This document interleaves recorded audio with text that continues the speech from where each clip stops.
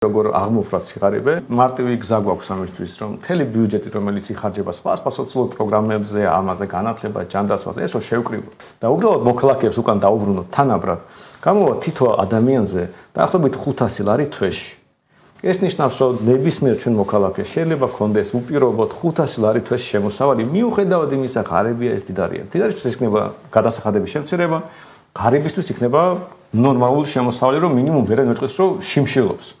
და ამის იქეთ, როცა 500 ლარი თვეში გაქვთ, ოჯახი რო აიღო, სადაც დედა, მამა და ორი შვილია, 2000 ლარი გამოდის თვეში. და ვერ იტყვის, რომ ესენი უკიდურეს სიღარიბეში არიანო. და საბოლოო ჯამში არც ერთი ადამიანი ჩვენ ქვეყანაში არ იცხოვრებდა მინიმუმ თვეში 500 ლარზე უფრო მეტ სიღარიბეში.